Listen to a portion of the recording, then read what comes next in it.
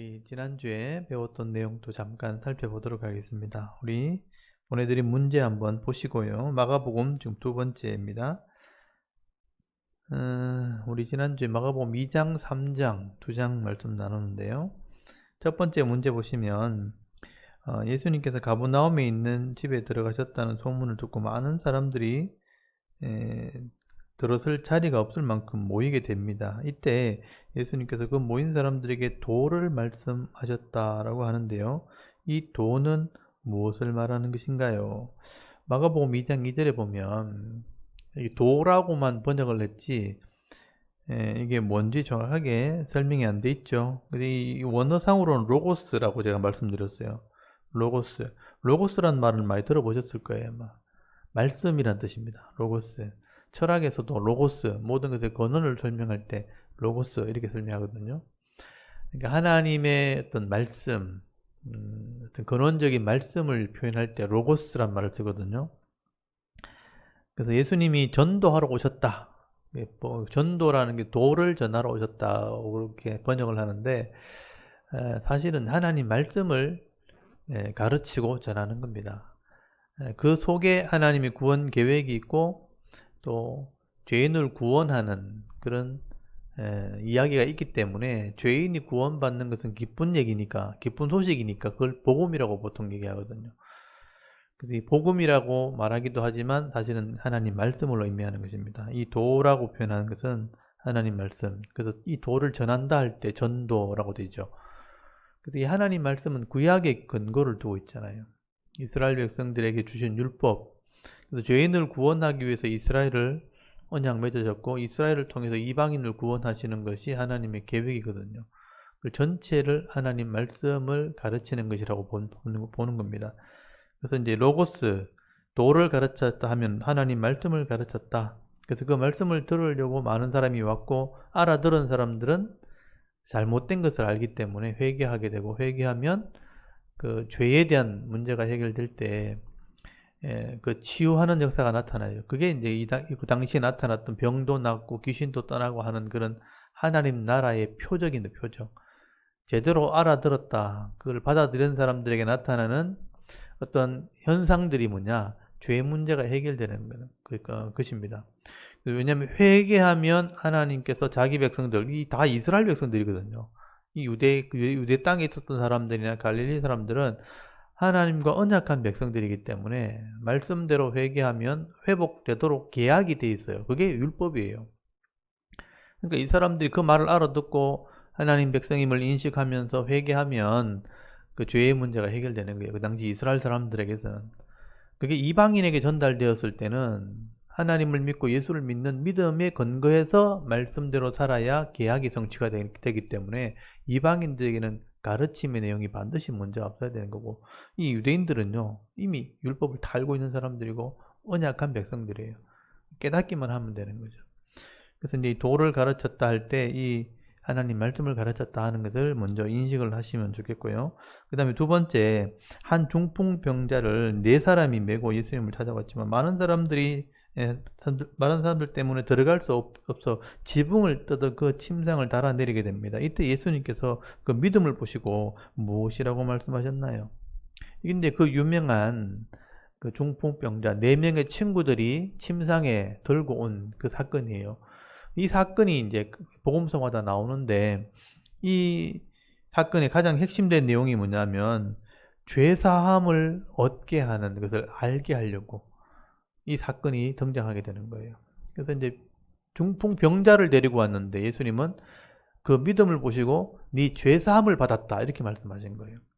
보통 이제 환자들이 오면 말씀을 가르쳐서 깨닫게 되어지면 그 믿음을 보시고 일어나 걸어라 네 병이 나았다 평안을 얻어라 이렇게 그 병을 치유하시는 것으로 이렇게 끝내지만 이 사건만 유일하게 죄사함에 대한 얘기를 하게 돼요. 이것을 가르쳐 주시기 위해서 예수님께서 그렇게 하셨다는 거죠. 그래서 네 죄사함을 받았다. 그 말 때문에 정통파 유대인들이나 바리새인들이 반감을 가지게 되죠. 죄를 사하는 것은 하나님만이 할 수 있는 권한이고 하나님만이 할 수 있는 일인데 왜 사람이 죄를 사했다고 하나? 예수님이 인간으로 그 당시에는 그냥 선생님, 랍비로 봤기 때문에 아무리 랍비라도, 위대한 랍비라도 하나님 위치에 서면 안 된다는 거예요. 율법이 그렇게 되어 있기 때문에. 그래서 예수님을 그렇게 교만한 사람으로 판단하게 되죠. 어떻게 사람이 죄를 사할 수 있나. 그래서 예수님께서 나는 하나님의 아들인다는 것을 알게 하기 위해서, 내가 죄사하는 권세가 있다는 것을 알게 하기 위해서 내가 이렇게 했다고 설명을 하게 되는 거예요. 그래서 이 사건이 그래서 유명하게 된 것입니다. 그 다음에 세 번째 보시면, 예수님께서는 사람이 고칠 수 없는 이 중풍병자의 병을 고쳐주심으로 무슨 권세가 있다는 것을 알게 하신다고 말씀하나요? 이걸 마가복음이나 복음서에 다 기록을 해놓은 거예요. 이 사건은 특별히 죄사함의 권세가 있다는 것을 알게 하려고 사람이 할 수 없는 이 중풍병을 고치는 사건을 통해서 이것을 밝히 알게 하겠다. 그래서 둘 중에 어느 것이 쉬우냐 이런 질문을 하잖아요. 이 중풍병자를 이렇게 병을 낫게 해서 침상을 들고 걸어가라 하는 것이 쉽겠느냐, 죄를 사하는 게 쉽겠느냐. 우리는 둘 다 못하는 거예요.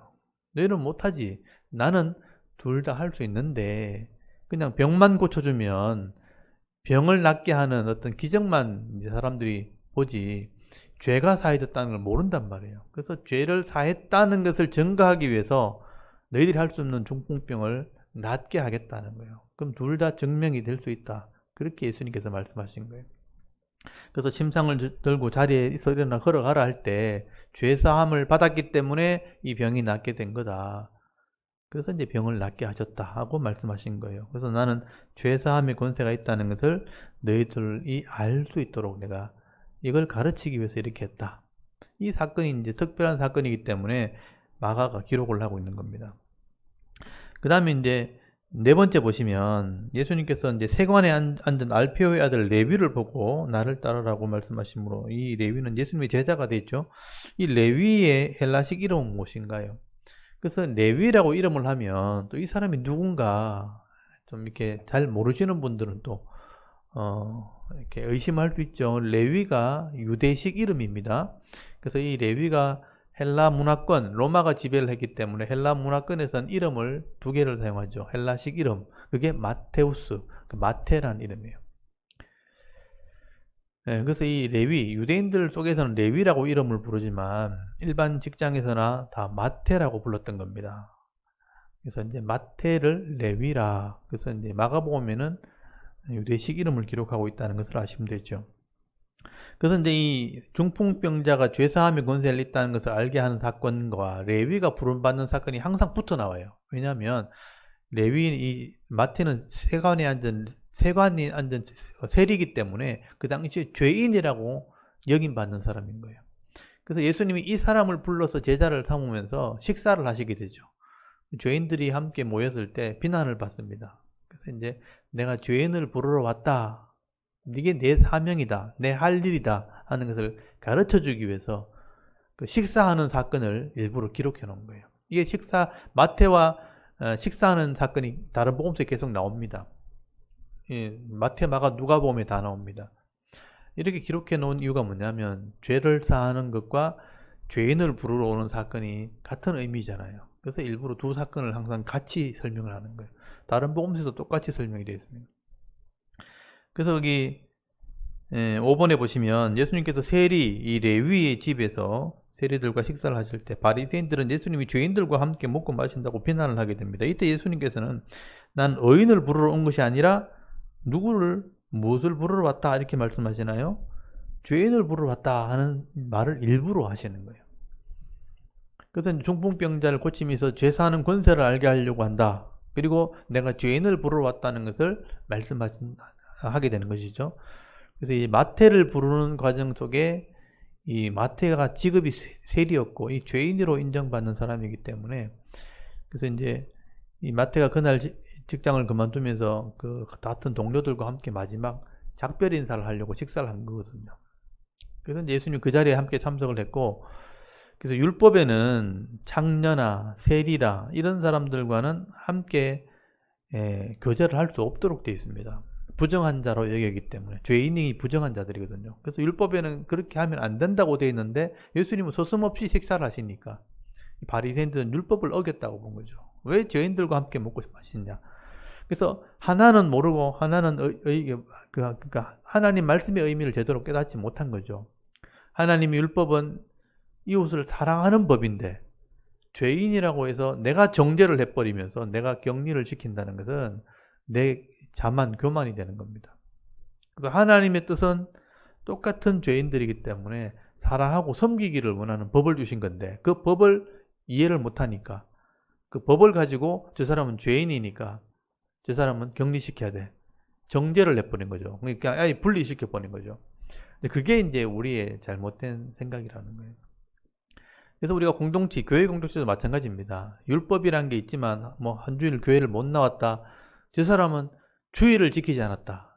율법은 주의를 지키라 했으니까 주의를 지키지 않았다는 법을 가지고 한 사람을 정죄를 시켜버린 거죠. 저 사람은 믿음 없는 사람이고 죄를 지었고 주의를 안 지키는 사람이고 믿음 없는 사람이라고 이렇게 딱 정죄를 시켜버리면 안 되는 거죠. 그런 사람들을 섬기는 것이 사랑하는 것이 우리가 해야 될 일인데 그 사랑의 법은 율법의 핵심이거든요. 근데 그 율법의 핵심을 가지고 사랑하지 못하고 그 율법을 가지고 도리어 죄인이라고 낙인 찍는 그 율법을 그런 식으로 사용했다는 거예요. 그게 잘못된 겁니다. 그래서 예수님도 마찬가지로 죄인을 부르러 왔는데 죄인을 구원하러 왔는데 죄인과 교제한다면서 율법을 가지고 정죄하는 거죠. 예수님은. 그래서 내가 의인을 부르러 왔다. 내가 죄인을 죄송합니다. 내가 죄인을 부르러 왔다. 죄인을 구원하러 왔다 하는 얘기를 하시게 돼요. 그게 바로 복음이래요. 복음. 죄인을 구원하는 게 복음입니다. 그래서 내가 그 사명 감당하러 왔다는 것을 이 마태를 통해서 설명을 하게 되는 겁니다.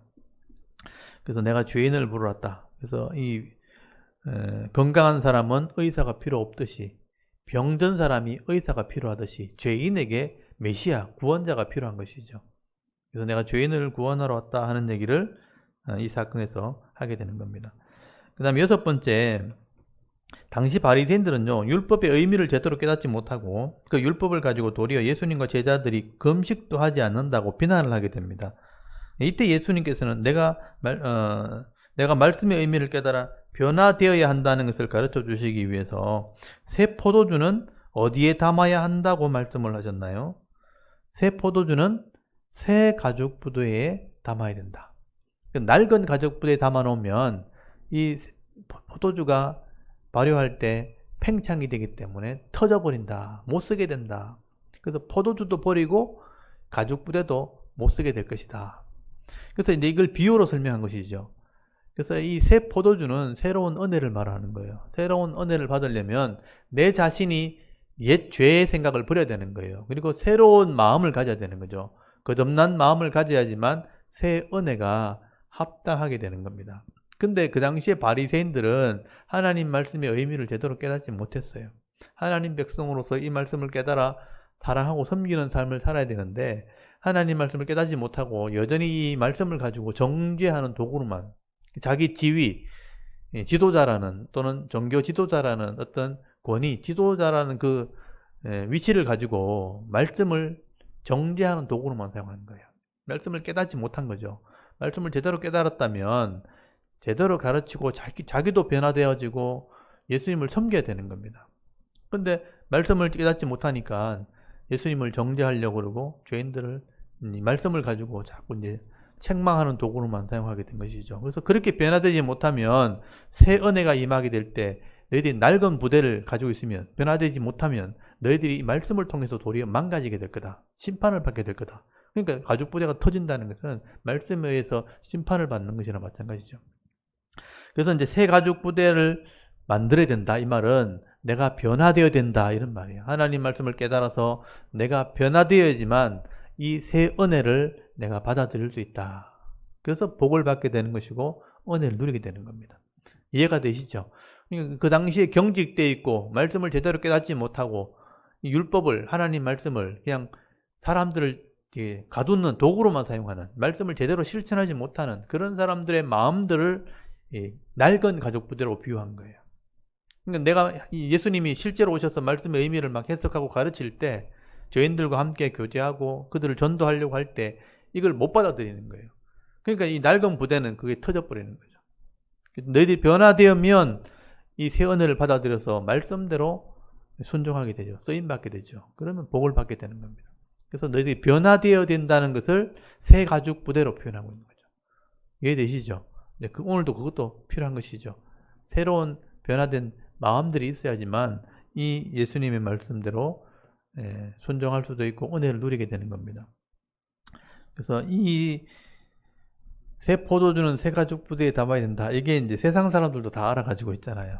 그래서 막 인용을 많이 하죠. 정치인들도 막 이렇게 인용하더라고요. 뜻을 아는지 모르는지 모르겠지만 새 시대에 되니까 바뀌어야 된다 이런 의미죠. 새로운 시대가 됐으니까 우리도 변화돼야 된다 이런 표현을 할 때 이제 포도주는 새 가죽 부대에 담아야 된다 이런 비유를 하는 것을 제가 들은 적이 있는데 이게 이제 자신에 대한 어떤 변화를 그렇게 말씀하신 겁니다.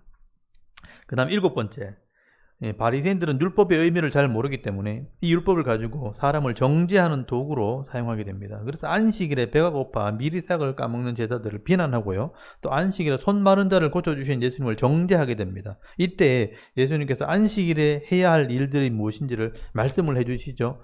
무엇인가요? 마가복음 3장 4절에 보면 안식일에 해야 될 일을 두 가지를 말씀하시죠. 안식일에 선을 행하는 것과 그 다음에 생명을 구원한 것, 두 가지 얘기하시죠.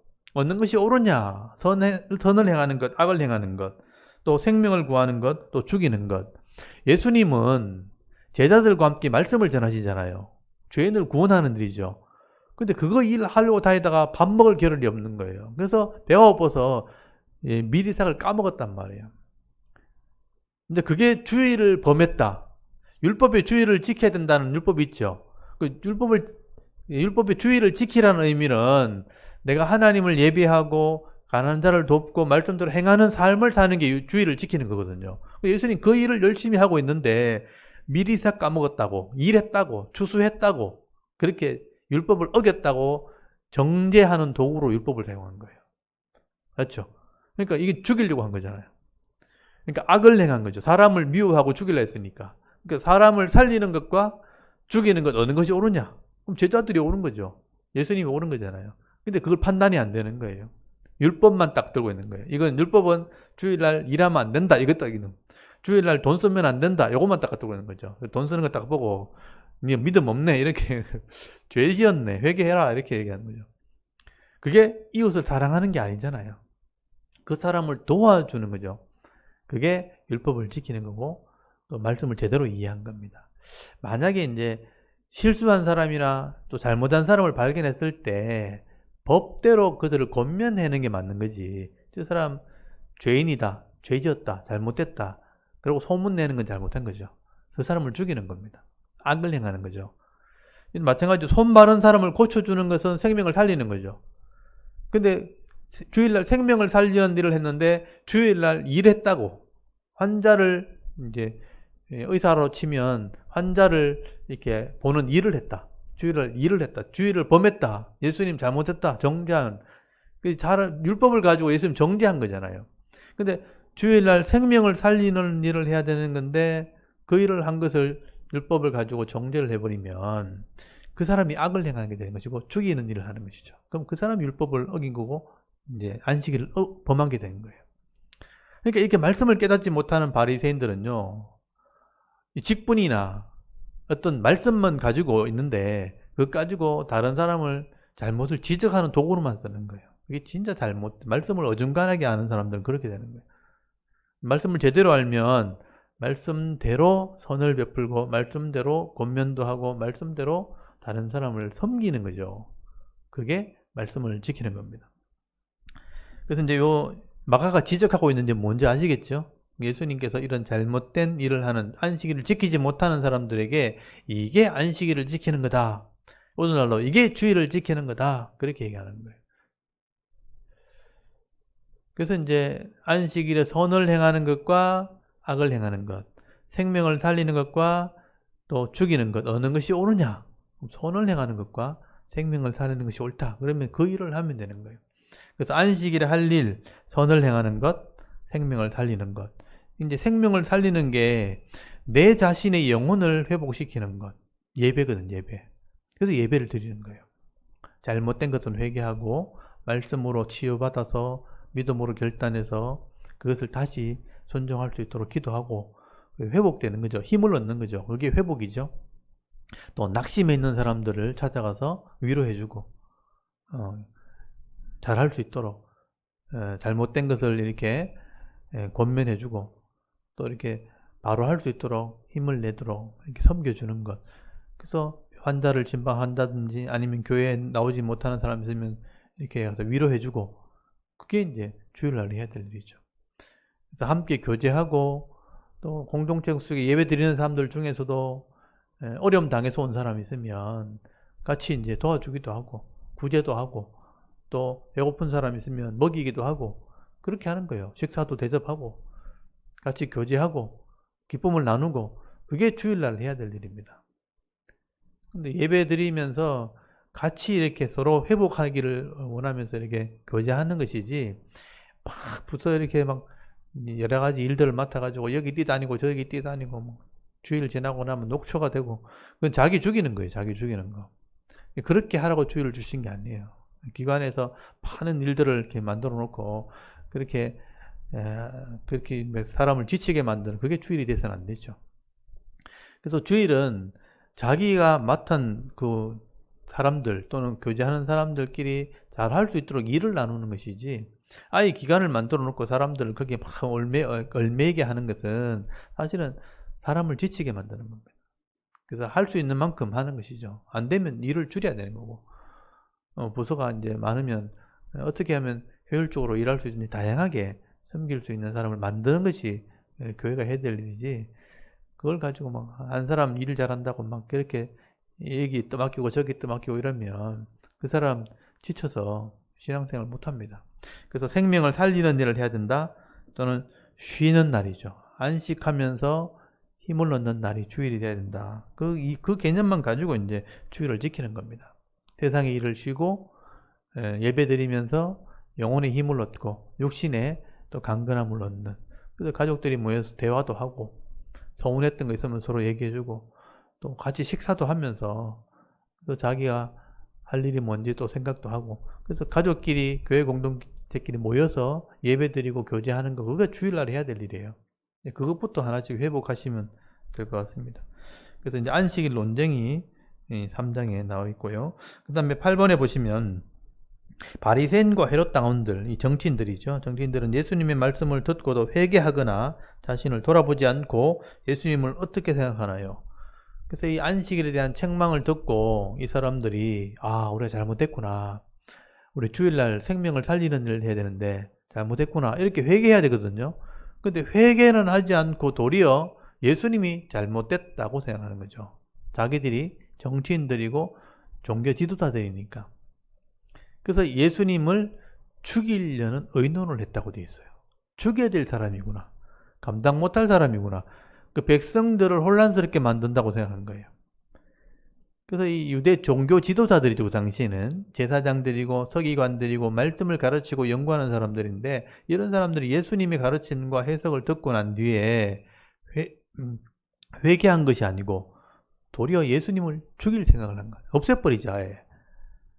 그래서 이 사람들 때문에 결국은 예수님이 십자가에 죽게 되는 겁니다. 더 악으로 가죠. 회개하는 길로 가지 않고 더 악한 길로 가게 됩니다. 그래서 이제 이 믿음이 없는 사람들은요, 하나님 말씀을 들어도 회개의 길로 가는 게 아니고 미워하는 길로 간다는 거예요. 우리 잘못을 지적하네, 이렇게 되는 거죠. 그래서 목사님이 설교를 해도 말씀 있는 그대로를 전해도 그 듣는 사람이 우리를 공격하네, 이런 식으로 받아들이면 안 돼요. 정치인들이 막 서로 잘못을 지적하듯이 그렇게 받아들이면 안 되는 거죠. 그게 믿음이 없는 겁니다. 믿음이 있으면 이 말씀을 가지고 자신을 적용해야 되는 거죠. 이 말씀대로 내가 했는지 돌아봐야 되는데, 자기의 잘못된 것은 전혀 이제 잘못됐다고 생각하지 않은 거예요. 내 잘못을 지적하네, 그럼 나를 보호하려면 공격해야 되겠네, 이렇게 되는 거죠. 그게 믿음이 없으니까 이런 생각이 드는 거고, 이런 생각이 있으니까 그런 악을 행하는 거죠. 혼자 안 되니까 나하고 똑같은 생각 가진 사람을 모으는 거예요. 어떻게 생각하나? 그렇지? 이래가지고 같은 생각들이 모여가지고 똘똘 뭉쳐서 한 사람을 이제 대적하는 거죠. 그러면 당이 생기는 겁니다. 분파가 생기고 이렇게 되는 거죠. 그래서 말씀으로 돌아오면요, 다 똑같이 되어야 되는 거예요. 다 같이 그 말씀 앞에 적용하고 말씀 앞에 회개하고 기도하면 다 하나님 편에 서게 되는 건데, 이 믿음이 없어버리면 자기 잘못을 인정하지 않고 자기를 대적하는 사람으로 적으로 생각하는 거예요. 그게 이제 믿음 없을 때 나타나는 현상이에요. 그래서 교회 공동체에서 이걸 보시면서 그런 사람이 있을 때마다 진지하게 얘기를 해야 되는 겁니다. 하나님 말씀으로 돌아가야 됩니다. 말씀으로 자기를 비춰봐야 되는 겁니다. 그래서 이 바리새인들이 왜 이렇게 되는가? 회개하지 않는 이유는 결국 말씀에 대한 믿음, 하나님에 대한 믿음이 없을 때 이런 현상이 나타난다는 것을 잘 보시면 좋겠습니다. 이게 앞으로 계속 나타나게 될 겁니다. 그 다음에 9번, 마가는 예수님께서 하나님 말씀을 가르치고 병든 자나 귀신 들린 자를 고치시는 사역을 할 때 이 예수님의 소문을 듣고 사람들이 모여들기 시작했다고 계속해서 강조를 하고 있습니다. 이 마가는 이때 모여든 사람들을 어떻게 표현하나요? 그래서 마가복음의 특징이 제가 계속 체크를 해두라고 그랬죠. 큰 무리, 많은 무리란 말이 나오죠. 그래서 1장에서부터 계속 나오는 말은 예수님께서 말씀을 전하시고 그 깨달은 사람을 회개시킬 때 이제 치유의 역사가 나타나잖아요. 그 사람은 믿음으로 받아들인 사람들이에요. 근데 그 치유된 사건만 소문이 나는 거예요. 병이 나았더라. 못 고치는 병이 없다더라. 귀신도 나갔다더라. 이런 소문이 나는 거죠. 그 소문을 들은 사람들이 많이 모이게 됩니다. 그래서 그게 큰 무리다. 많은 무리다. 무리라는 표현을 써요. 그래서 그걸 마가가 계속 강조를 하고 있습니다. 근데 그렇게 소문을 듣고 온 무리는 진정한 제자라 할 수 없다 이거예요. 마가의 관점이 그거예요. 그걸 교회에 적용하면요. 아, 저 교회 가면 은혜가 있다더라. 저 교회 가면 내가 잘 된다더라. 저 교회 가면 내가 많은 사람들에게 유익을 받을 수 있겠다더라. 소문을 듣고 막 모였잖아요. 구름대처럼 모였다 쳐요. 그 소문을 듣고 모인 사람들은 진정한 성도라 할 수 없다는 거예요. 그 소문이 끝나면 그냥 끝나는 거예요. 벌떼처럼 몰려온 사람들, 구름대처럼 몰렸잖아요. 나중에 바람처럼 사라지게 됩니다. 그래서 이 제자라는 것은 성령을 통해서 깨달은 사람들이에요. 내가 이 땅에 뭘 하러 태어났는지 아는 사람, 사명이 있는 사람들이에요. 사명이 있으니까 항상 그 사명의 자리에 머물러 있는 겁니다. 그게 제자입니다. 그 땅이 어려운 땅이고 그 일이 어려운 일이지만 사명이라면 내 사명이니까 머물러 있잖아요. 그게 제자예요. 그래서 이 마가는 그 얘기를 지금 계속하게 되는 겁니다. 예수님 소문 듣고 큰 무리가 따랐다. 오늘 거기 제가 본문에 시작해 놓은 마가복음 3장 7절 8절에 보면 두 번 나오죠. 여기 3장 7절 8절 보면 예수께서 제자들과 함께 바다로 물러가시니 갈릴리에 큰 물이 나오죠. 따르며 유대와 예루살렘, 이두메와 요단강 건너편과 또 두로와 시돈 근처에 많은 물이 또 나오죠. 많은 무리가 그가 하신 큰 일을 듣고 나오는지라. 그가 하신 큰 일의 소문을 듣고 나온 사람들이에요. 그러니까 큰 무리고 많은 무리인데 이런 사람들은 제자라 할 수 없어요. 흩어질 사람들이죠. 도리어 나중에 예수님 십자가에 못 박으라고 소리 지른 사람들입니다. 그래서 교회에서 이걸 이제 잘 눈여겨보셔야 돼요. 무리가 모여서 하나님 일을 하는 게 아니다. 제자가 그 일을 하는 거다. 근데 그 12제자가 그래서 나오잖아요. 12제자 중에서도 그 12제자가 제대로 사명 감당하기 위해서는 성령이 반드시 있어야 되는 거죠. 그게 결론이에요, 나중에. 성령을 통해서 깨달은 사람만이 제자가 될 수 있다. 저도 마찬가지입니다. 교회의 성도는 많은 사람이 온다 할지라도, 예배에 참여한다 할지라도 성령을 통해서 자신이 이 말씀을 깨달은 사람만이 성도가 되는 거예요. 안 그러면 그냥 무리 속에 있는 한 사람일 뿐인 거죠. 그 다음 10번째 한번 보십시오. 예수님께서는 산에 올라가 자기가 원하는 자들 부르셨다고 말씀합니다. 이때 12를 세우셨는데 이 12명의 이름은 무엇인가요? 이 12제자죠. 그래서 무리 가운데 12를 세우셨다고 되어 있어요. 그래서 많은 무리, 큰 무리 하다가 이제 거기서 12를 세웠다 한데 그 12제자가 이제 나오거든요. 시몬, 베드로, 안드레, 야고보, 요한, 바돌로메, 빌립, 도마, 다데오, 시몬, 그 다음에 알페오 애들 야고보, 유다, 가론 유다, 바돌로메, 마테. 이 이름의 이제 표현 방식은 조금 다른데 일단 12명의 이름을 알고 있는 것은 좀 유익하죠. 시몬, 베드로, 안드레, 야고보, 요한, 빌립, 도마, 다데오, 시몬, 야고보의 아들 야고보와 유다, 바돌로메, 마테. 저는 그렇게 이제 기억을 하고 있는데 이 12명은 어떤 방식으로든 이렇게 기억하고 있으면 좋겠습니다. 거기에 특별히 이제 별명들을 써놓은 사람이 있었죠. 네, 우리의 아들 야고보, 요한. 그 다음에 가나안인 시몬, 이런 사람들, 가롯 시몬. 그래서 11번에 보면 제가 질문을 하나 했는데 예수님의 제자 중에 열심당원이 두 사람이 있었습니다. 누구인가요? 이 열심당원은 우리나라 말하면 독립운동가죠. 나라를 구원하기 위해서 이제 무력이라도 우리는 동원해야 된다는 생각을 가지고 있는 사람들, 하나의 정치 세력 중에 한 사람이죠. 그래서 이 사람의 목적은 나라에 대한 독립이었어요. 그래서 지도자를 찾고 있을 때 예수님 만난 거예요. 예수님이면 되겠다. 그 따라다니는 사람이 여기 가나안인 시몬이죠. 이걸 다른 곳에는 세롯 시몬 이렇게 되어 있는데, 가나안인 시몬과 가롯 유다 두 사람이 열심당원입니다. 그 다음에 12번째, 예수님께서 회당에서, 바닷가에서, 산에서, 집에서 또 말씀을 가르치는 사역을 하시고 믿음 있는 자들은 그 병을 고쳐주시는 하나님 나라 사역을 감당하셨습니다. 그런데 너무 많은 사람들이 따라다니게 될 때 예수님께서는 뭐 할 겨를도 없다 이렇게 말씀하시나요? 여기 보면 식사할 겨를도 없다. 이게 이제 나중에 또 나옵니다. 제자들과 함께 다닐 때 식사할 음식을 드실 겨를도 없었다. 굉장히 바빴다는 얘기죠. 그래서 말씀을 가르치는 사역도 쉽지 않고 구약의 말씀을 다 가르쳐야 되니까, 그리고 그 말씀을 깨달은 사람들이 믿음으로 나올 때 병들도 치유하는 사역을 했기 때문에 많은 사람들이 따라왔으니까, 그래서 식사할 겨를이 없었다. 굉장히 바빴다는 겁니다. 그래서 이제 이 마가가 특별히 이런 부분을 자꾸 이제 기록을 해놔. 다른 복음서에 이렇게 기록 안 돼 있거든요. 마가는 이걸 기록하고 있다는 거예요. 굉장히 바쁘게 사역하셨다 하는 것을 기록을 하게 됩니다. 그 다음에 13번째 보시면 예수님께서는 귀신을 쫓아내실 때 바리새인들은 예수님이 귀신의 왕 바알세불을 힘입어 귀신을 쫓아낸다고 비난을 하게 됩니다. 이때 예수님께서는 사탄이 어찌 사탄을 쫓아낼 수 있느냐라고 말씀하시면서 예수님께서는 누구의 힘을 입어 귀신을 쫓아내신다고 말씀하나요? 결론은 성령을 힘입어요. 그래서 성령을 거스르는 자는 그 죄를 용서받지 못할 것이다. 이런 표현을 나중에 하게 되는 거예요. 이게 마태복음과 연결이 되어 있어요. 그래서 마태복음 12장 28절에 보면 이 내용이 나옵니다. 예수님은 성령을 통해서, 그러니까 하나님의 영으로 이 귀신을 쫓아내는 거죠. 그래서 강한 능력으로 결박해서 쫓아낸다. 그래서 강한 자가 그 안에 있는 악한 자를 결박하지 않고야 어떻게 그 세간을 뺏을 수 있겠느냐, 이런 표현을 썼죠. 그래서 강한 성령의 능력으로 귀신을 쫓아내는 것이지 귀신으로 귀신을 쫓아내는 게 아니다. 이건 무당이 하는 겁니다. 무당은 귀신의 힘으로 귀신을 쫓아내요. 그러니까 쫓아낸다기보다는 같이 동업을 하는 거예요. 작은 귀신이 문제를 만들어 놓으면 큰 귀신이 와서 해결해 주는, 그런 식으로 해결을 합니다. 그래서 큰 귀신을 섬기게 만드는 게 무당이 하는 일이에요. 그래서 무당이 하는 일은 귀신을 소개하는 일을 하는 거예요.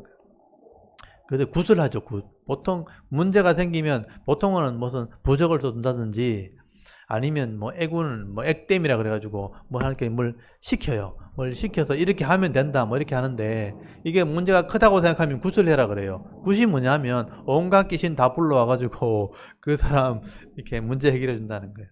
그래서 굿판이 벌어진다 그러면요, 그럼 온갖 동네 귀신 다 불러오는 거예요. 그 중에 제일 대장 귀신이 와가지고 딱 평정을 하는 거죠. 자, 문제 해결됐다 그러는 거. 다음엔요, 더 큰 문제가 생깁니다. 근데 그 귀신들이 또 문제를 일으키면 다음 구판은 더 커져야 되는 거죠. 더 큰 구판을 벌여가지고 또 이렇게 구슬 해가지고 또 문제를 해결했다 하나 또 더 큰 일이 또 벌어지는 거예요. 이렇게 해서 이제 더 올가매는 겁니다. 이제 나중에는 사돈의 팔촌까지 다 불러와야 되고 뭐 아들 손자까지 다 불러와야 된다고 이렇게 되는 거예요. 그러면 그 집은 완전히 귀신 집안이 되는 거예요. 그래서 대대로 섬기게 되면요, 그 대대의 귀신이 이제 계속 그 집을 이제 다스리게 되는 거예요. 그래서 이제 귀신을 통해서 동업을 하는 것이 귀신의 어떤 생리죠, 생리. 그래서 이제 하나님의 나라는 이런 성령의 능력으로 자신을 회복하는 겁니다. 하나님 말씀으로 원래 우리 사명으로, 원래 생명의 사명으로 돌아오는 것, 그게 하나님의 하시는 일이죠. 그래서 제대로 말씀을 깨닫고 제대로 하나님 말씀을 순종하는 사람들에게는 악한 자가 손대지도 못한다고 되어 있어요. 귀신의 영이 따라오지도 못합니다. 접근도 못합니다. 그러니까 내가 신앙을 버리고 하나님이 떠나버리고 또 내 스스로 자기의 어떤 자존감도 무너지게 될 때 귀신이 나를 다스리게 되는 겁니다. 그런데 예수님께서 귀신을 쫓아내실 때 너희들이 귀신을 통해서 이렇게 하는 거지, 무당처럼 하는 거지 하니까 그게 아니다는 거예요. 성령의 능력으로 하는 것이다 라고 설명을 하게 됩니다. 자, 여기까지 3장 하고요. 이제 오늘 4장 할 텐데 우리 족보 빨리 정리하고 4장을 하도록 하겠습니다. 아담서부터 예수님까지 아담의 10대 손, 이것도 안 보고 이제 계속 읽을 수 있어야 됩니다. 아담, 셋, 에노스, 게난, 마할랄렐, 야렛, 에녹, 무두셀라, 라멕, 노아, 이렇게 기억을 하시면 돼요. 노아 홍수 이전에 믿음의 사람들입니다. 가인의 아들들은 죄를 짓는 그런 사람들로 번성했다면 하나님을 믿는 사람들은 이렇게 믿음을 이어오게 되죠. 그래서 이 노아를 통해서 심판이 임할 때 생명을 살리는 일을 한 게 노아예요. 그래서 노아를 통해서 물로 심판을 받을 때 아들들이 살아나죠. 그 아들들 중에 셈이 예수님 족보에 들어갑니다. 그래서 셈의 10대 손이 아브라함이 나오게 된 거죠. 그래서 그 하함의 아들, 죄를 따라가게 되고 하함의 아들들이 죄악이 관영하게 될 때 셈의 아들 통해서 믿음의 사람이 나옵니다. 셈의 10대 손이 나오죠. 셈, 아르박삿, 셀라, 에벨, 벨렉, 루, 스룩, 나울, 데라, 아브람. 그래서 이제 셈, 아르박삿까지 갔을 때 이 땅에 아무도 없이 자기들이 시작하니까 땅을 서로 가지게 되죠. 나라를 세우게 되는데 그 셈, 함, 야벳 중에 그 또 아들들이 쭉 나오잖아요. 그래서 그 아들 중에 땅을 차지하지 못한 사람이 아르박삿이에요. 제일 약한 사람이란 뜻이에요. 다른 아들들은 구스, 미스라임, 무슨 또 아수르 이런 자기 땅을 가진 사람들이 생기는데 강한 아들들이죠. 욕심도 있고 강하고 땅을 다 차지하고 나라를 만들었지만 아르박삿만 땅이 없었어요. 그래서 그 아들 중에 아브라함이 나온 거예요. 그래서 그 아브라함을 통해서 땅을 주겠다고 약속을 한 게 이 여자의 후손에 들어간 믿음의 사람입니다. 그래서 셈, 아르박삿, 셀라, 에벨, 벨렉, 루, 수룩, 나울, 데라, 아브라함을 불러서 하나님이 너를 통해서 나라를 이루겠다고 약속을 하죠. 유목민이죠. 땅이 없으니까 이들이 돌아다니는 목축을 하는 유목민이 된 겁니다. 그래서 아브라함과 첫 언약을 하게 되었고 그 언약을 통해서 하나님 백성이 되려고 후손들이 나온 게 이스라엘 백성들이죠. 그 이스라엘을 택해서 구원이 뭔지를 가르쳐 주신 거예요. 죄인이 구원받는 방법을 준 거죠. 그게 율법이고 제사제도입니다. 나중에 십자가와 예수 그리스도가 되는 거죠. 그래서 이제 아브라함의 후손들 중에서는 아브라함의 약속이 이삭에게 넘어가고 이삭은 야곱에게 약속이 넘어가고 야곱은 12아들이 나옵니다. 그게 이스라엘 나라죠. 그래서 이스라엘이 하나님과 언약을 하게 되는데 그 이스라엘 12아들 중에서도 예수님 족보가 나온 예수님 족보에 들어간 사람은 유다입니다. 네 번째 아들. 12명 중에서도 회개한 아들이죠. 그래서 유다의 후손을 통해서 다윗이 나오게 되는 거죠. 유다, 베레스, 헤스론, 람, 아미나답, 나손, 살몬, 보아스, 오벳, 이세, 다윗이 왕이 돼요. 그래서 나라를 세워서 하나님과 언약을 하게 되고 다윗의 아들 솔로몬 때 이제 선교를 하게 되죠. 번창하게 되는데 이때 이제 솔로몬이 여자들에게 마음을 빼앗기는 바람에 우상을 섬겨서 나라가 심판을 받게 됩니다. 그게 나라가 둘로 나눠지게 되죠. 그래서 북쪽 이스라엘이 10지파를 가졌지만 멸망을 받게 됩니다. 그게 솔로몬이 아꼈던 부하 중에 하나 여로보암부터 호세아까지죠. 그래서 여로보암, 나답 왕이 되었지만 금송아지를 섬기는 바람에 그 집안이 심판을 받죠. 그래서 바하사, 엘라 똑같이 금송아지 때문에 심판받고 시므리, 그 다음에 오므리 우상을 또 가져오죠. 그래서 아합, 이세벨과 함께 우상을 섬겼고 아하시아 난간을 떨어 병들어 죽고 요람 나중에 화를 맞아 죽죠. 그래서 그 아들들이 다 비참하게 죽습니다. 그리고 예후가 심판을 했지만 예후의 4명의 아들이 왕이 됩니다. 그래서 요아스, 여로보암, 밑에 스가랴. 근데 물질 때문에 나중에 타락을 하게 되고 망하게 됩니다. 또 반역을 당하죠. 살룸이 반역하고 그다음 머나헴이 반역하고 또 브가히야 아들이 태어났지만 베가가 반역하고 또 베가는 호세아가 반역해서 아수르에게 멸망을 받게 됩니다. 그래서 북쪽은 10지파를 가져도 다 망합니다. 남쪽은 솔로몬의 아들 르호보암, 그 다음에 아비암 다 악을 행하죠. 그 다음에 아하사가 첫 번째 개혁을 하죠. 나이 들어 병들어 다리에 병들어 실패하죠. 배반합니다. 그 다음에 요사밧이 두 번째 개혁을 합니다. 근데 아합의 딸을 데리고 오는 바람에 우상을 섬겨서 세게 됐고 그 4명의 아들이 다 우상을 섬기게 됩니다. 그래서 요사밧의 아들 4명, 그게 북쪽의 아들하고 이름이 똑같죠. 요람, 아하시야 다 비참하게 죽고, 그 다음에 요아스, 아마시아 부하에게 죽임을 당합니다. 그 다음에 우시야가 세 번째 계획을 하죠. 그 다음에 나중에 문둥병 걸려 죽고 실패하죠. 그 요담 왕이 되고, 그 다음에 아하스, 악한 왕, 그 다음에 히스기야가 네 번째 계획을 합니다. 근데 이제 나중에 병들어서 15년 더 사는 바람에 교만해졌고, 나중에 타락하고 므낫세가 태어나서 나라를 망하게 합니다. 그 다음에 아몬, 요시야가 일꾼을 키우는 다섯 번째 계획을 하고, 그 다음에 요아하스가 애굽에 잡혀가지고, 여호야김 1차 포로, 여호야긴 2차 포로, 시드기야 3차 포로, 바벨론에게 망하게 됩니다. 586년에 망했고요. 바벨론 포로 가서 회개하고 돌아와서 다시 성전을 지었지만 실패하게 되죠. 그래서 돌아와서 14대 만에 예수님이 오시게 된 거죠. 그래서 바벨론 포로 갔을 때 여고냐, 스알디엘, 그 다음에 수르바벨, 그 다음에 아비훗, 엘리야김, 아소르, 사독, 아킴, 엘리웃, 엘라살, 맏단, 야곱, 요셉, 다음에 예수님이 태어났죠. 그리고 이제 하나님의 뜻을 이루어서 속죄를 하고 부활하심으로 성천하시고, 또 성령이 오셔서 이 구원 계획을 믿게 하셔서 이방인이 다 구원받게 하고, 더 이상 돌아올 사람이 없을 때 이 땅이 심판받게 될 것이라. 마지막에 유대인도 돌아오게 되고요. 그래서 이제 하나님의 구원 계획을 이스라엘 통해서 알려주신 거고요. 그걸 믿게 하려고 역사에 이걸 다 기록해 놓은 거예요.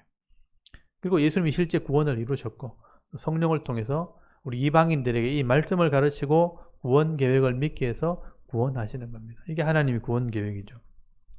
그래서 우리 족보를 잘 정리하시면 이 성경을 좀 더 쉽게 이해할 수 있기 때문에 족보를 잘 기억하시면 좋겠고요.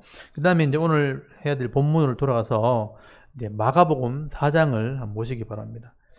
이렇게 마가복음 3장까지 왔는데 예수님은 이미 소문이 엄청나게 나 있고, 하나님 나라 복음을 전하시고, 또 지도자들도 예수님을 죽이려고 하는 그런 상황까지 되었다는 것을 알 수 있죠. 4장에 오시면요, 이제 천국 비유복음, 비유장, 그러니까 마태복음 13장과 같이 예수님이 가르칠 내용 중에 비유로 말씀을 하셨다 한 비유에 대한 내용이 나와요.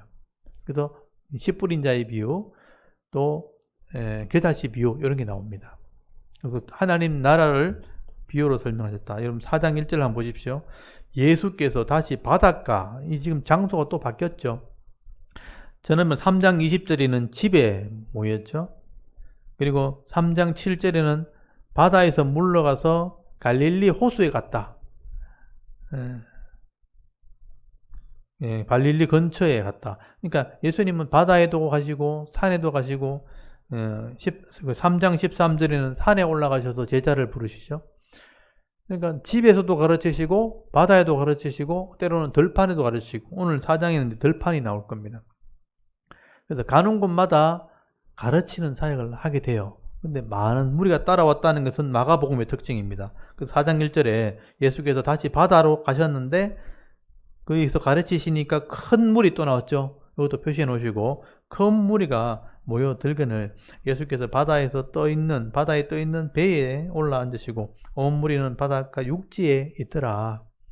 그런데 낮에는 갈릴리 호수 쪽에서 산으로 바람이 불어요. 그래서 바다에서 이렇게 배에 올라타서 말을 하면 바다 육지 쪽으로, 육지가 경사진 언덕이거든요.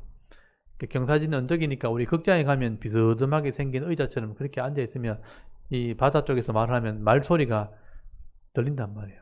그래서 아무리 많은 사람이 있어도 혼자 말해도 그만큼 들릴 만큼 소리가 잘 전달이 됩니다. 실제로 이제 갈릴리 가면 그런 곳이 있습니다.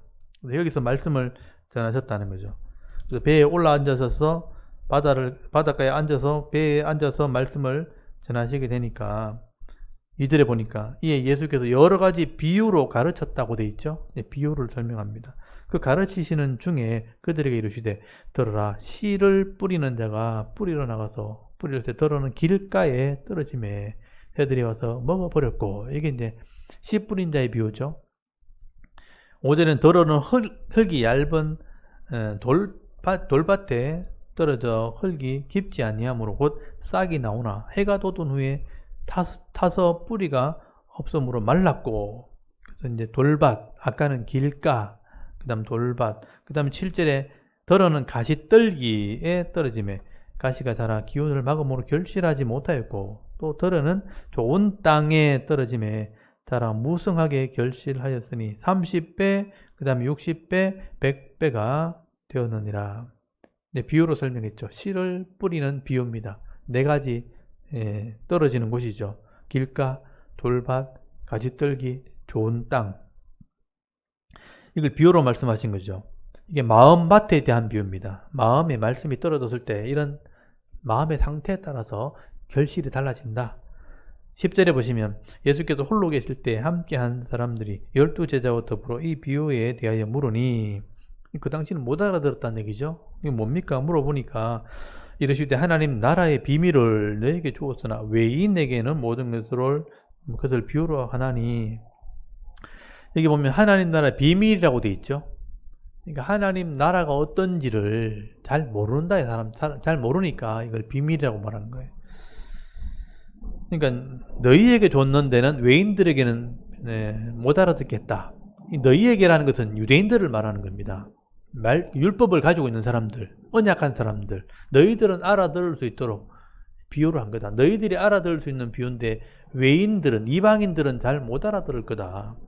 12절 이는 그들로 보기는 보아도 알지 못하며 듣기는 들어도 깨닫지 못하게 하여 돌이켜 죄사함을 얻지 못하게 하려 함이라. 지금 예수님께서는 유대인들을 통해서 하나님 나라를 이루러 오신 거예요. 그 당시의 사역은. 그래서 내가 잃어버린 양에게로 왔다. 보통 그렇게 말씀하셨죠. 그래서 이방인에게도 복음을 전하지 말라. 왜냐하면 이방인의 복음 전하는 때는 바울이 할 때거든. 아직 때가 안 됐다는 얘기예요. 지금은 전해도 잘 몰라요. 알지도 못하고. 율법을 자체가 없기 때문에. 그래서 유대인들을 가르치러 지금 오신 겁니다. 13절에 또 이르시되 너희가 비유를 알지 못할진데 어떻게 모든 비유를 알겠느냐.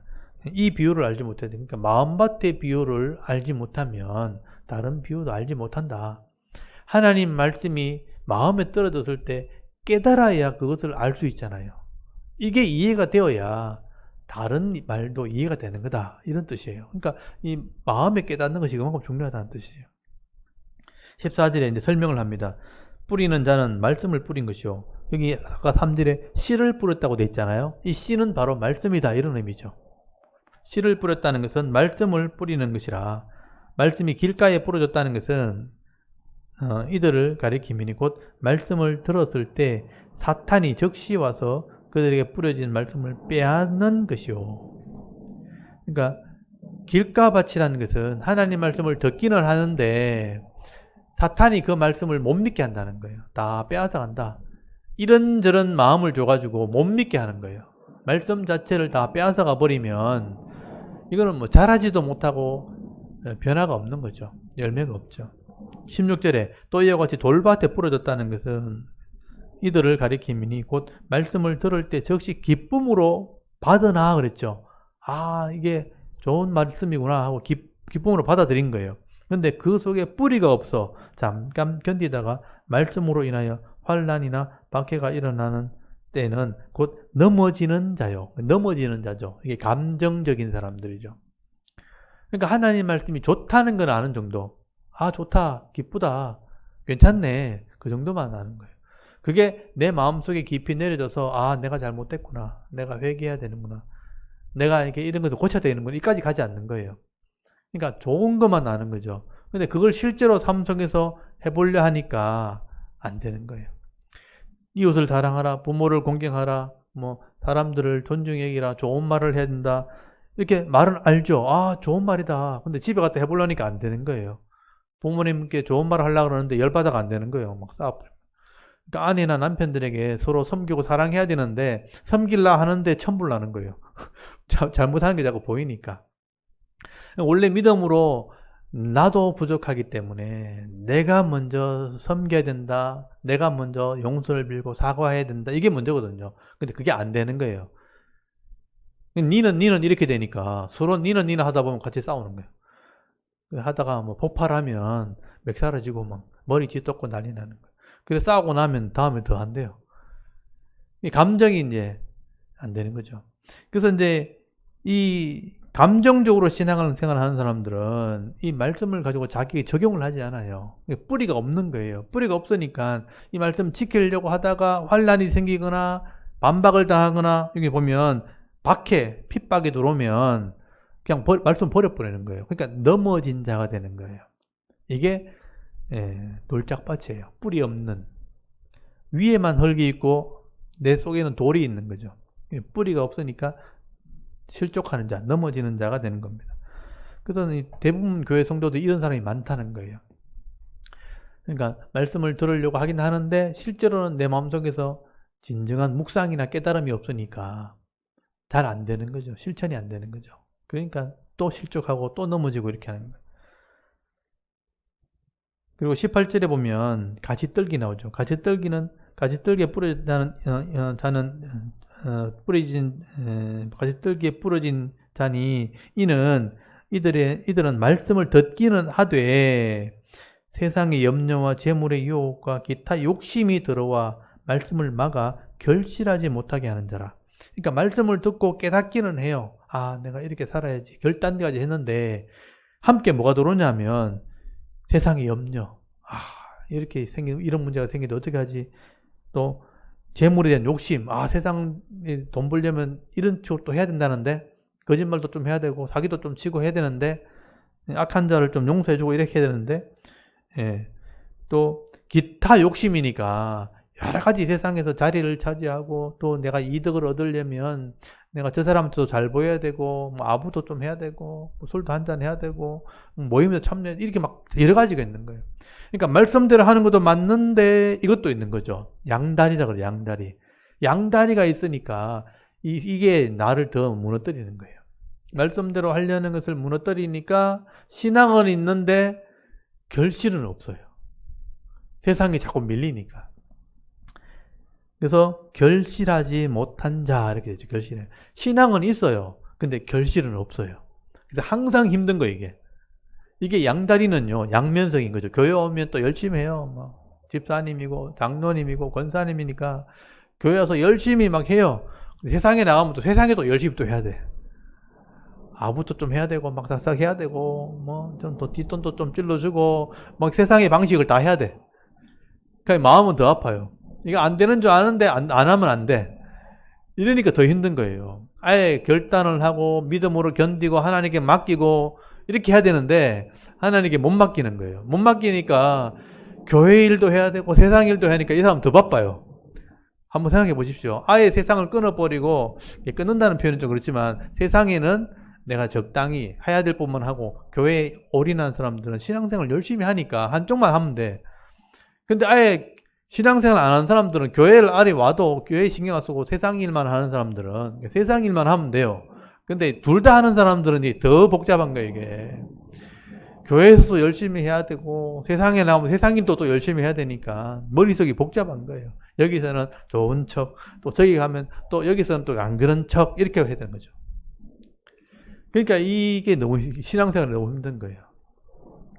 이게 고달프게 되는 거죠. 이렇게 할 바에는 이게 이제 시간 낭비거든요.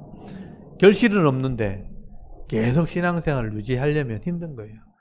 그래서 이건 결단을 해야 되겠죠. 내가 이쪽이 잘못됐다면, 이게 더 옳은 것이라면 믿음으로 바로 해야 되겠다는 결단을 해야 되는데, 결단을 하지 않는 한은 이게 시간만 계속 가는 거예요. 몸은 늙어지고 기회는 자꾸 없어지는데 더 힘들어지는 거죠. 그래서 나중에 이제 누가복음까지 가보면요, 누가가 이방인이잖아요. 그걸 살다가 이렇게 온 사람이기 때문에 결단을 합니다. 그러니까 계산해보라 그래요. 이게 이렇게 살았을 때 어떤 이익이 있는지, 또 세상적으로 살았을 때 어떤 이익이 있는지 계산을 해보고 좋은 쪽을 선택해라, 그렇게 누가가 설명을 해요. 누가는 이걸 알기 때문에. 그래서 말씀대로 살았을 때 하나님의 영광을 누리는 은혜와 세상에서 하나님 도우심을 경험하는 그런 평안의 복과 세상적인 방식으로 했을 때 공부하고 힘들고 괴롭고 그렇게 사는 것과 계산을 해보니까 이게 훨씬 손해인 거예요. 그렇다면 빨리 포기하는 게 낫죠. 그 손해인지도 알면서도 계속 한다는 건 어리석은 거잖아요. 그래서 누가는 네가 계산을 해보고 네가 더 이익되는 쪽으로 선택해라. 이익되는 게 바로 신앙이에요. 신앙으로 선택하면 훨씬 더 이익입니다. 마음도 편하고 하나님이 도와주시는 부분이 있으니까 힘이 나는 거죠. 근데 그걸 모르면 자꾸 세상에서 내가 뭘 하려고 하는 거죠. 그러면 시간을 허비하게 되는 겁니다. 나중에 분명히 후회하게 될 겁니다. 나이가 더 들면 뻔히 보이는데 내가 왜 그래 살았는가 분명히 그렇게 말할 겁니다. 근데 그때는 더 이상 기회가 없어요. 여러분 나이가 들면요 기회가 없습니다. 일할 수 있는 기회도 없고 사람들의 관계 속에서 다 기회를 잃어버리게 되는 거예요. 이미 그때는 다 떠나고 없으니까. 그러니까 젊었을 때 한 살을 젊었을 때 이거를 깨닫는 게 훨씬 더 지혜로운 겁니다. 그래서 이것을 보면서 깨달으셔야 되죠. 이게 세상의 염려, 재물의 유혹, 기타 욕심이 내가 신앙생활 하지 못하게 하는 게 있다면 빨리 결단하는 게 훨씬 지혜입니다. 제가 목사로서 권면을 하는 것이고 제가 인생을 살아본 신앙을 해본 경험자로서 제가 이걸 말씀드리는 겁니다. 저는 훨씬 일찍 이걸 결단했기 때문에 훨씬 편하게 지금 세상을 사는 거예요. 나중에 후회할 짓을 왜 합니까?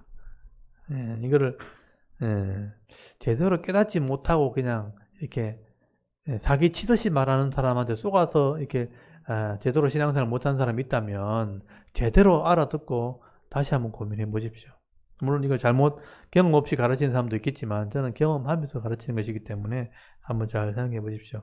여기까지가 결실하지 못한 자니까 시간을 허비하는 겁니다. 그 다음 20절에 좋은 땅이 부러졌다는 것은 곧 말씀을 듣고 받았다는 것은 순종했다는 거예요. 알아듣고 순종한 거죠. 그러니까 말씀대로 해보니까 30배 내가 어떤 한 노력의 30배 또는 60배 또는 100배의 유익이 있더라. 그 말씀에 대한 유익이 있는 거예요.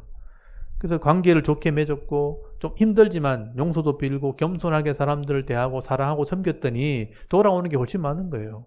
사람들의 관계도 좋아지고 또 훨씬 이익이 많아지는 거죠.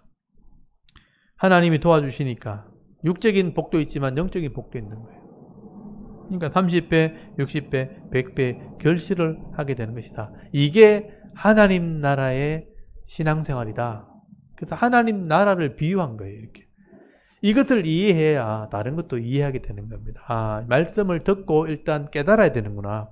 그리고 믿음으로 순종해야지만 내게 주어지는 복이 있구나. 이게 하나님 나라의 복입니다.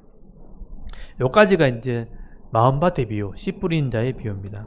그리고 21절에 또 그들에게 이르시되 사람이 등불을 가져오는 것은 말 아래, 말통, 곡식통, 말통 아래나 평상, 마루 밑에 두지 아니함이냐. 등경 위에 두려 함이 아니냐. 등경은 등잔대. 그러니까 말씀대로 살면 이게 드러난다는 뜻이에요. 말씀대로 살면 이게 좋아지기 때문에 알려진다는 겁니다. 근데 그렇게 알려지는 불을 켜면 말통 밑에 두려고 불 켜는 사람 누가 있냐? 또 마루 밑에 등잔불을 켜놓을 사람이 누가 있냐? 불을 켰다면 당연히 등잔 위에 올려놓죠. 모든 사람이 볼 수 있도록.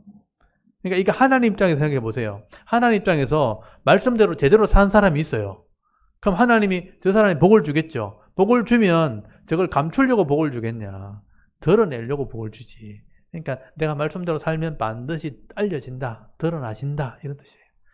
제대로 하는 사람들은요. 반드시 칭찬 듣게 돼 있다는 뜻입니다. 그래서 하나님께서 말씀대로 사는 사람은 등잔을 가진 사람처럼 여긴다는 거죠. 그래서 항상 드러나게 할 거다. 복을 받게 한다. 그런 뜻이죠. 22절 드러내려 하지 않고는 숨긴 것이 없고 나타내리지 않고는 감추는 것이 없느니라. 똑같은 의미입니다. 그래서 들을 귀 있는 자는 들으라. 알아듣는 사람이 복 있는 사람이죠. 하나님 말씀을 들었을 때 알아듣는 사람이 복 있는 사람인데 들을 귀가 있다 이렇게 말하죠. 똑같이 듣고 있는데 알아듣지 못하는 건요. 귀는 있는데 못 듣는 거예요. 들을 귀가 없는 겁니다. 저도 이제 이렇게 말씀을 이렇게 주일마다 이렇게 나누거든요. 제가 뭐 예배라 그래서 특별하게 어떤 신령하고 이런 게 아니고요. 있는 말씀을 그대로 설명을 하고 알아듣게 하는 겁니다. 근데 이제 말씀을 듣는 사람들을 보면 알아듣는 사람이 있는데 못 알아듣는 사람이 있는 거예요. 그러면 귀는 다 있잖아요. 근데 이 못 알아듣는 거예요. 그러면 표시가 나요. 말씀을 듣는데 못 알아들으면요. 그 못 알아듣는 표시를 내는 거예요. 말씀을 알아듣는 사람은 당연히 말씀을 알아듣으니까 말씀대로 살아요. 산 사람은 분명히 말씀대로 행동이 나타나겠죠. 근데 다 들었다 하는데 보면 삶이 없어요. 그러면 못 알아듣는 거예요, 그거는. 말씀을 들을 때도 별로 말씀 듣는데 신경을 안 써요. 다른 일을 더 많이 하는 거죠. 말씀을 들어야 되는데 다른 일을 하는 거는 말씀을 못 알아듣고 있는 거예요. 그래서 이제 말씀을 들을 기가 있는 것은 그게 복이다. 시간은 제한되어 있고 말씀을 알아듣는 사람들은 시간을 훨씬 더 지혜롭게 사용할 수 있게 되는 거예요. 못 알아들으니까 못 알아들은 상태에서 계속 삶을 살겠죠. 그러면 이제 훨씬 인생이 힘들어지는 거예요. 그만큼 손해를 보는 거죠. 그래서 들을 끼는 자는 복이 있는 겁니다. 24절에 또 이르되 너희가 무엇을 듣는가 스스로 삼가라. 너희 헤아리는 그 헤아림으로 너희가 헤아림을 받을 것이며 더 받으리니 있는 자는 받을 것이 없는 자는 있는 것까지 빼앗기리라. 그래서 하나님 나라의 특징이 그거잖아요. 마태복음에도 나오는 얘기지만 있는 자가 더 누리게 된다는 거죠. 이게 뭐가 있느냐? 말씀이 있는 사람들이에요. 여러분, 말씀이 있는 사람은 그 말씀만큼 더 복을 받게 돼 있어요. 그래서 있는 사람이 더 깊이 깨달게 돼 있어요. 말씀이 없으면요, 더 깊이 깨달을 수가 없어요. 제가 이제 성경을 읽어보면 지금 66권이잖아요. 처음에 66권을 다 이해하지 못했어요, 저는. 그러니까 일부만 이해하고 있는 거예요. 근데 말씀을 전체를 다 이해하고 나니까 그 말씀 이해한 상태에서 더 많은 것이 또 이해가 되는 거예요. 반드시 이게 이해가 되어야지만 그게 다 함께 이해가 되는 거예요. 그게 구조가 그렇게 돼 있어요. 진짜 양파하고 똑같아요. 하나 껍질 까면 이게 끝이 아니고 또 안에 또 있어요. 그 껍질 또 까면 또 안에 또 있어요. 그래서 점점점 세밀하게 알아지는 거예요. 그게 말씀이에요. 그러니까 레위기를 알아야 모세오경을 다 알게 돼 있고요. 모세오경을 다 알면 역사서를 다 알도록 돼 있고, 역사서를 다 알면 신약 전체를 다 알도록 돼 있어요. 근데 레위기를 모르면 다음 거 몰라요. 아무리 무슨 얘기를 해서 못 알아들어요. 이 구조가 그렇게 돼 있어요. 그래서 있는 사람이 더 가지게 되는 거예요. 없는 사람은 아무리 가지고 싶어도 못 가져요. 이게 성경의 어떤 원리예요. 이게 하나님 나라의 원리입니다. 그래서 이게 참 구조라는 게 참 좀, 그래서 성경은 그냥 무조건 보는 게 아닙니다. 전체 이 내용과 구조를 알고 읽으셔야 되는 거예요. 그래서 있는 자가 더 있게 될 것이다. 이런 표현을 쓰게 되는 것입니다. 그리고 26절에 보십시오. 또 이르시되 하나님 나라는, 여기는 이제 마태복음은 천국이라고 표현을 썼거든요. 여기는 하나님 나라 그대로 썼잖아요. 하나님 나라. 이걸 마태복음에는 하나님 나라를 하늘나라로 표현해가 천국이라는 말을 듣거든요. 천국은 이런 표현 썼죠. 근데 마가는 이게 이방인들도 포함되어 있기 때문에, 이방인이 들어올 수 있도록 썼기 때문에 이게 하나님 나라를 그대로 쓴 거예요. 하나님 나라는 사람이 씨를 땅에 뿌린 것 같으니 그가 밤낮 자고 깨고 하는 중에 씨가 나서 자라되 어떻게 그리 되는지 알지 못하느니라. 이게 마가복음에만 나오는 얘기예요. 다른 복음도 이게 안 나와요. 요거는 마가복음에만 나오는 얘기입니다. 이게 곡식이 자라는 비유인데요. 천국은 이와 같다는 거예요. 여러분, 씨를 뿌렸는데 농부들이 밤새도록 그 씨를 쳐다보고 있는 게 아니잖아요. 낮에 씨를 뿌려놓고 집에 와 자잖아요. 자면 다음날 가보면 처음에는 표시가 안 나지, 안에서 자라니까. 근데 며칠 지나가 보면 그게 밖으로 나와요. 조금씩 나온단 말이에요. 근데 우리는 밤낮 자고 가보면 걔들이 조금씩 나오는 거예요. 근데 이들이 어떻게 자라는지는 몰라요. 맞죠? 그 말이. 분명히 얘가 뭘 자라긴 자라는데 어떻게 자라는지 몰라요. 그럼 누가 이걸 자라게 하는 거예요? 이게 설명이 나오죠. 29절에 땅이 스스로 열매를 맺되 처음에는 싹이 나고 그 다음에는 이삭이 나오고 그 다음에는 이삭의 충실한 곡식이라. 열매가 익으면 곧 낫을 되나니 이는 추수 때가 이르렀음이라. 이게 하나님 나라다. 이 내용이 결론이 뭐냐면요, 하나님이 자라게 한다는 거예요. 우리가 복음을 전하잖아요. 말씀을 전하죠. 그러면 그 말씀을 전한 게 깨달아지고 이해되어지고 나중에 그 사람 믿어지는, 그거는 우리가 할 수 있는 게 아니고 하나님이 하시는 거예요. 농사하고 똑같다는 거예요. 우리는 씨를 뿌리는 걸 할 수 있어요. 땅에 씨를 심어 놓으면 땅의 힘에 의해서, 그러니까 하나님의 자연 원리에 의해서 얘들이 싹이 나요. 싹이 나서 뿌리가 생겨서 점점 올라오거든요. 그 다음에 이삭이 이렇게 나온다는, 싹이 나온다고 나오고, 싹이 나와서 줄기가 나온 다음에 그 줄기에서 이삭이, 열매가 하나 나와요. 나오면 그 다음에 충실한 열매가 나온다. 근데 그 자라게 하시는 과정은 하나님이 하신다는 말이에요. 씨를 뿌리지만 자라게 하시는 분은 하나님입니다. 그러니까 이 하나님 나라 교회가 우리가 교회를 막 세울 수 있는 게 아니라는 뜻이에요. 우리는 내 할 일을 할 뿐이에요. 근데 하나님이 교회를 자라게 하시는 거예요. 그래서 하나님을 의지하고 하나님께 믿고 맡기는 것이 우리 신앙이 되어야 되는 겁니다. 그래서 다 지나고 나면 이것은 낯을 댈 때가 온다. 그렇게 결실할 때가 오는 것도 하나님이 하시고, 심판도 하나님이 하시는 거죠. 구원도 하나님이 하시고 심판도 하나님이 하시는 겁니다. 그러니까 우리는 씨를 뿌리는 그 일만 열심히 하면 되는 거죠. 내가 할 일을 최선을 다해서 하면 그 모든 과정과 열매 맺게 하시는 것은 하나님이 하시는 겁니다. 이게 천국이다. 그러니까 하나님께 맡겨야 된다는 뜻이에요. 내가 뭘 다 하려고 하면 된다는 거죠. 교회 일은 내가 하는 게 아니고 하나님이 하는 거다. 여기에 마가복음에만 나오는 비유입니다. 그 다음에 30절에 보면 또 이르시되 우리가 하나님의 나라를 어떻게 비교하며 또 무슨 비유로 나타낼까? 겨자씨 하늘과 같으니 땅에 심길 때는 땅 위의 모든 씨보다 작은 것이로되 심긴 후에는 자라서 모든 풀보다 커지며 큰 가지를 내나니 공중의 새들이 그 그늘에 깃들 만큼 되느니라. 이 겨자씨 비유는 다른 복음서에 나오는 얘기죠. 그래서 작은 것을 심지만 결국 하나님이 크게 하신다. 이게 하나님 나라의 비유죠. 그래서 우리가 작은 것 하나라도 생명을 가지고 한다면, 이 생명이 있을 때 중요한 거죠. 생명은 분명히 자라나게 돼 있다는 거예요. 그래서 우리가 큰 것을 뭘 이렇게 하려고 하지 말고 작은 것 하나라도 하면 돼요.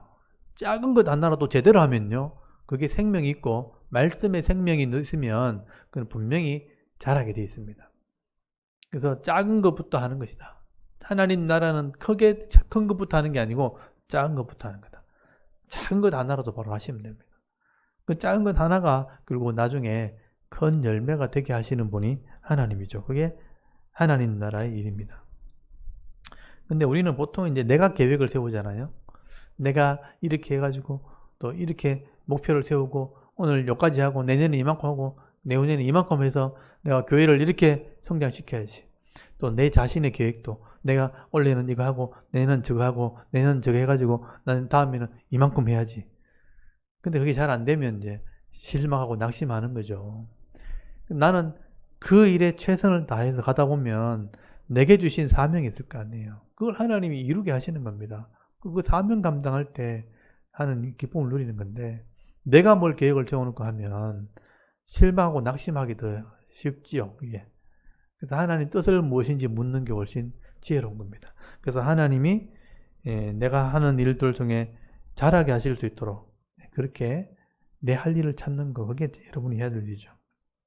그리고 33절 보시면 예수께서 이러한 많은 비유로 그들이 알아들을 수 있는 대로 말씀을 가르치시되 그랬죠.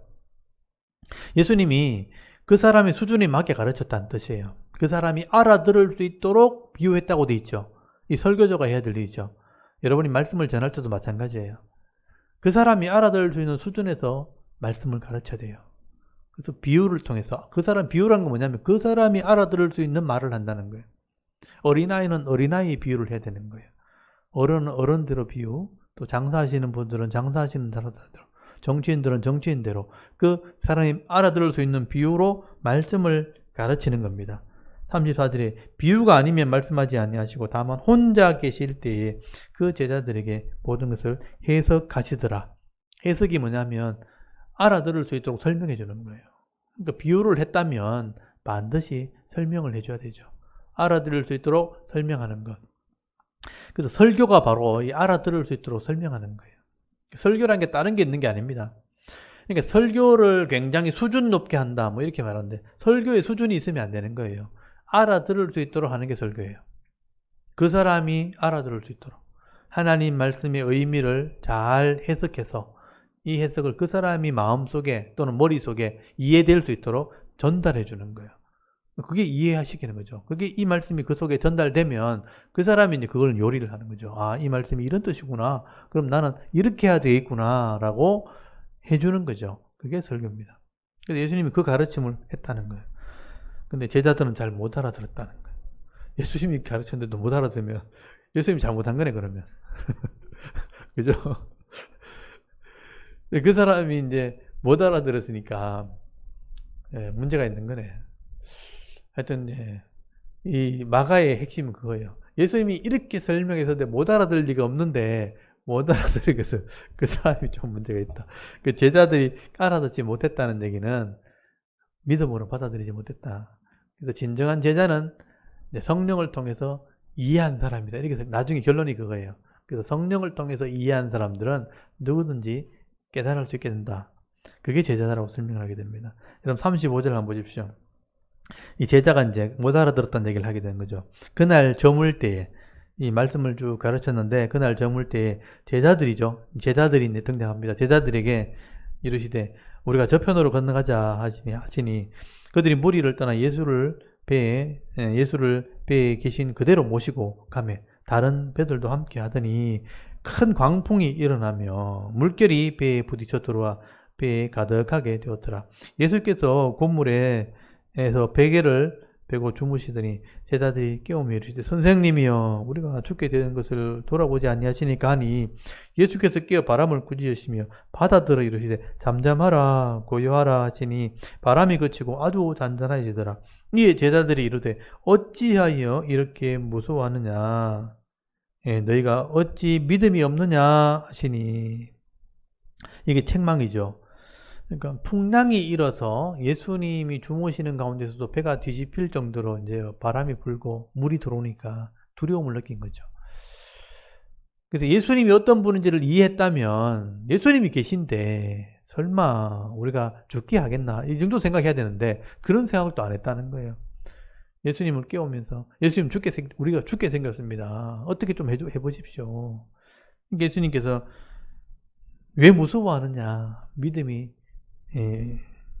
없느냐 어찌 믿음이 없냐 그러니까 그 당시 제자 이때만 해도 예수님에 대한 믿음이 전혀 없었다는 거죠. 그래서 41절에 보면 그들이 심히 두려워하여 서로 말하되 그가 누구이기에 바람과 바다도 순종하는가 하였더라. 이 기록에 보면 마가가 이걸 기록했잖아요.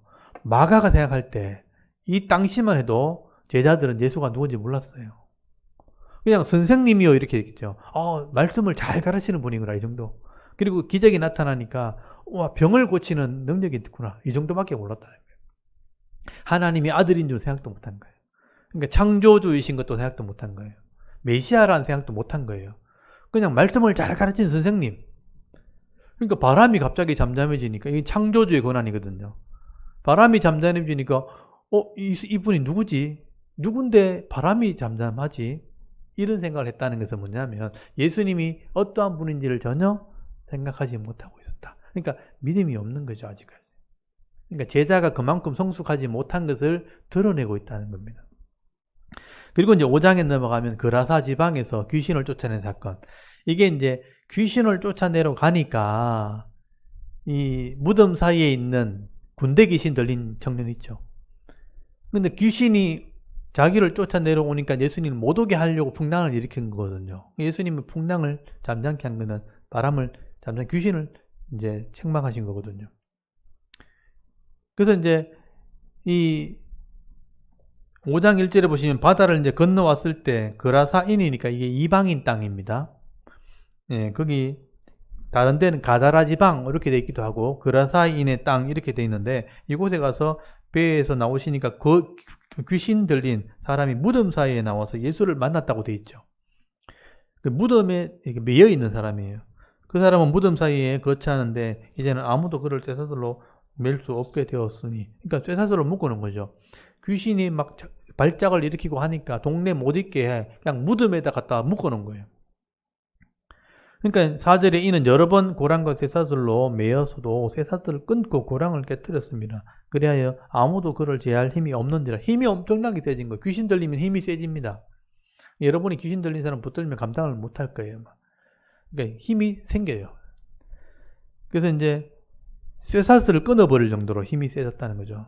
그러니까 사람이 두려워서 가지를 못하는 거죠. 그래서 아예 그냥 버림받은 사람이나 마찬가지인데 5절에 밤낮 무덤 사이에서나 산에서나 소리 지르며 돌로 자기 몸을 막 해치고 있었다. 그러니까 몰골이 엉망이겠죠. 밥도 제대로 못 먹었을 것이고 씻지도 못하니까 완전히 막 이렇게 거지처럼 돼 있었을 거예요. 그런데다 막 손에 상처를 내니까 이게 또 분명히 골맞을 거고 완전히 엉망이 됐을 거예요. 그러니까 쇠사슬에 미어 있고 쇠사슬을 몸에 이렇게 지니고 다니면서도 사람들을 만나면 소리 지르고 막 이렇게 하니까 거의 막 폐인처럼 돼 있었을 겁니다. 귀신이 그렇게 만든 거죠. 그래서 더럽고 악한 귀신이죠. 한 영혼을 망친 거죠. 그래서 이제 6절에 그가 멀리서 예수를 보고 달려와서 큰 소리 부르짖으되 지극히 높으신 하나님 아들 예수여 나와 당신이 무슨 상관이 있나이까 원하건대 하나님 앞에 맹세하고 나를 괴롭게 하지 마옵소서. 귀신을 쫓아내려온 줄 안 거예요. 예수님 알아본 거예요. 귀신은 알죠 당연히. 그래서 다른 곳에 보면 나를 엄부에 들어버리지 말라고 그렇게 소리치죠. 그래서 예수님께서 8절에 말하잖아요. 더러운 귀신아 이 사람에서 나오라. 더러운 귀신이라는 표현 나오죠. 그래서 귀신 들리면 사람이 더러워지는 거예요. 씻지도 않고 밥도 안 먹고 엉망이로 다니는 사람. 여러분 가끔 길 다니면 엉망인 사람 볼 때 있죠. 귀신 들린 사람들입니다. 집에 가면 맨날 쓰레기만 모아놓고 그러니까 냄새나고 이런 거 그런 거 집에 갖다 놓고 막 이렇게 하죠. 그게 더러운 귀신이기 때문에 그런 거예요. 그리고 악한 귀신입니다. 한 영혼을 망친 거죠. 그리고 이제 9절에 이름을 뭔지 묻죠. 네 이름이 뭐냐? 이렇게 물어보니까 군대입니다. 왜냐하면 너무 많은 귀신이 들어가 있는 거예요. 나중에 2,000마리의 돼지에 들어갔다고 하는 거예요. 2,000마리 귀신이 들어가 있는 거예요. 그러니까 여러 귀신이 들어가 있으니까 여러 사람의 생각이 막 머릿속에 복잡한 그런 귀신이 된 거예요. 그러니까 여러 귀신이 들어가 있으면 귀신의 성향이 다 다르니까 여러 가지 표현들이 나오고 말이 나오는 거죠. 그러니까 그거를 우리 의학에서는 사람에게서 여러 인격이 나오니까 다중인격이라는 말을 쓰게 돼요. 그래서 우리 성경적인 또 기독교의 표현으로 하면 귀신 들린 건데 여러 귀신이 들어간 건데 의학 쪽에서는 귀신이란 걸 믿지 않으니까 어떤 다른 영적인 게 들었다고 생각 안 하잖아요. 그러니까 한 사람인데 여러 인격이 표현된다. 그래서 다중인격이라는 표현을 쓰는데 똑같은 말입니다. 사실은요. 성경적인 표현은 귀신 들린 거고 의학적으로 표현하면 다중인격이 되는 거예요. 근데 의학 쪽에서는 그 문제를 해결할 길이 없죠. 귀신을 나가게 할 수 없으니까 그것을 잠재우는 거죠. 약을 줘서 이렇게 시들하게 만든다든지 아니면 그 이성을 이렇게 표출하게 만들어 가지고 그것을 이제 뭐 해결한다든지 무슨 다른 방식으로 해결하려면 상담을 통해서 해결한다든지 그렇게 하는 거예요. 근데 그렇게 해서 해결될 수 있는 부분이 아니잖아요. 그래서 이제 이게 해결이 잘 안 되는 거예요. 의학 쪽에는 그게 해결될 수가 없는 거예요. 그래서 이제 하나님의 이름으로 이 사람이 원래 인격이 회복되게 만들어주는 거. 그게 제일 좋거든요. 본인이 받아들였기 때문에 아니면 본인이 들어오는 걸 막지 못했기 때문에 같이 있게 된 건데 내 인격이 원래대로 회복되면 귀신이 있을 수 없어요. 그래서 내가 거부해버리는 거, 쫓아내는 거죠. 그러면 귀신이 들어올 수 없거든요. 그래서 예수님께서 강한 자가 약한 자를 결박하지 않고야 어떻게 그 마음을 내가 지키겠는가, 강탈하겠는가 이렇게 표현한 것은 하나님의 능력으로 내 인격이 회복되면 귀신도 나가게 할 수 있다 이런 의미거든요. 그 방법밖에 없는 거예요. 자신의 인격을 회복시켜주는 것, 자기 원래 태어나는 본성, 자아, 보통 그래 자아라 그러죠. 자존감, 그걸 회복시켜주는 길밖에 없는 거예요. 그러면 하나님이 너를 사랑하고 있고 하나님의 백성이고 하나님이 너에게 은혜 베푸시길 원한다는 것을 인식시키는 거예요. 아, 나는 하나님 자녀구나. 나는 내 자신이 인격이 있구나. 그걸 회복해가지고 스스로를 지켜내게 만드는 거죠. 그래서 그렇게 지켜내기는 게 제일 좋죠. 근데 나는 그대로 있는데 다른 영적인 다른 사람의 인격이 들어와가지고 귀신에게 겁을 줘가지고 넌 나가. 안 나가면 내가 그냥 두지 않겠어. 하고 매를 때린다든지 막 위협을 해가서 나가게 했다 쳐도 이 인격이 그대로 있으면요 또 들어온다는 거예요.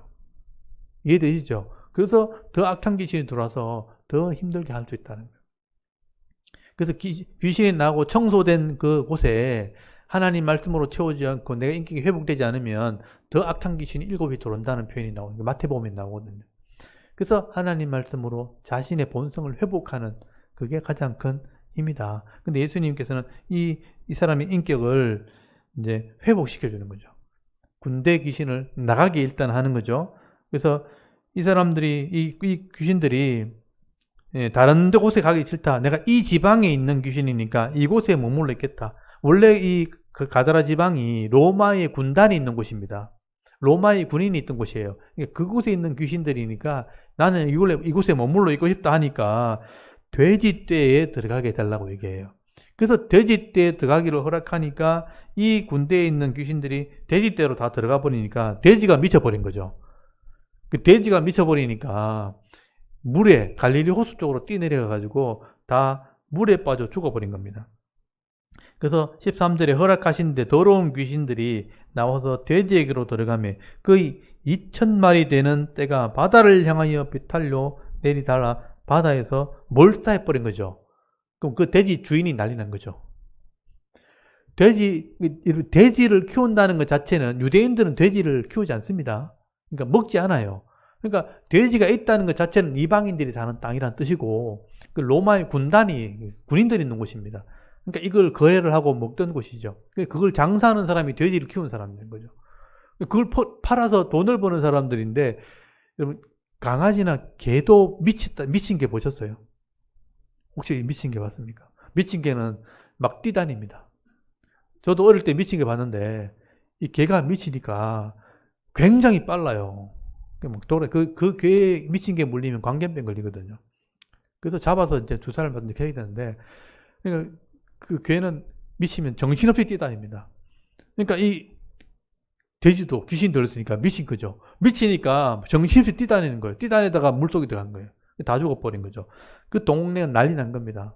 이 돼지 주인은 이제 엄청난 손해를 본 거죠. 이 2,000마리가 죽었으니까. 요즘에 돼지 한 마리 계산해 보십시오. 한 마리 100만 원만 잡아도 얼마 이게? 100만 원이면 10마리면 1,000만 원. 100마리면 1억입니까? 맞습니까?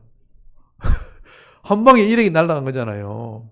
그러니까 그날 그 동네 난리 난 거죠. 예수님 빨리 가십시오. 이렇게 된 거예요. 일단 이 사람은 고쳤으니까, 이 사람은 나음을 입었으니까 보십시오. 15절에 가면 예수께서 이르시되 그 귀신이 들렸던 자 군대 귀신 집혔던